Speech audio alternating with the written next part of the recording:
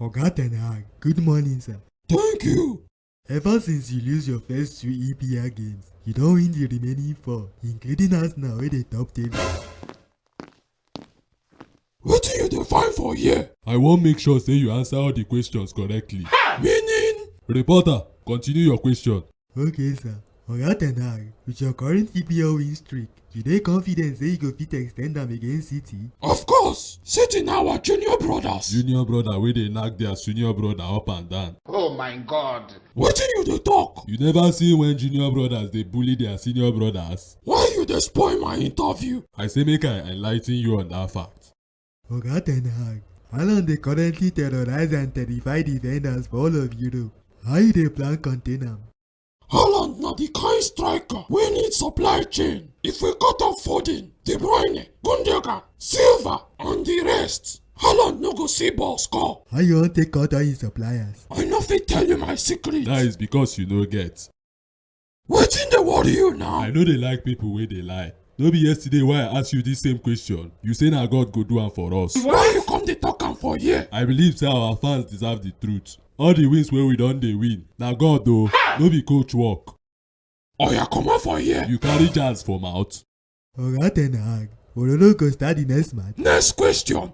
Ororo dey starting lineup. You deaf? Next reporter. You there? Okay, sir. Oga Ten Hag, he go start Maguire. You want make him assist Haaland? I wan know what I go bet for the next match. You will so?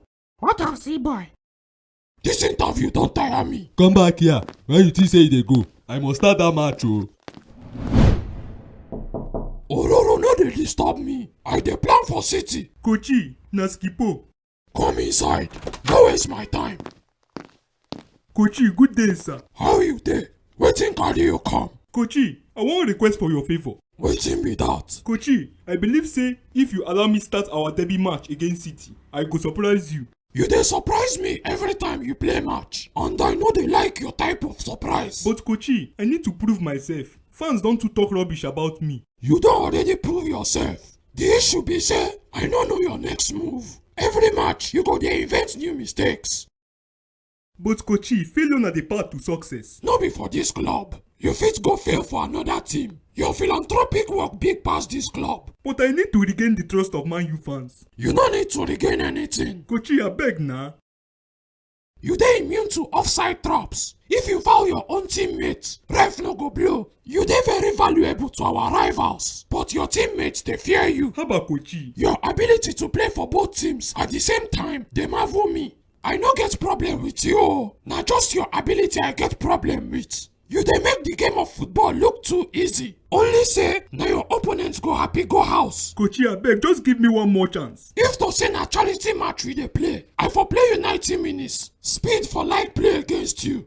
But derby match na do or die. And at this rate, if I put you, even if na 1 minute you play, na die get us. Kochi, this thing no fair oh. Na me be the captain. No worry, you fit captain the bench. Na wow.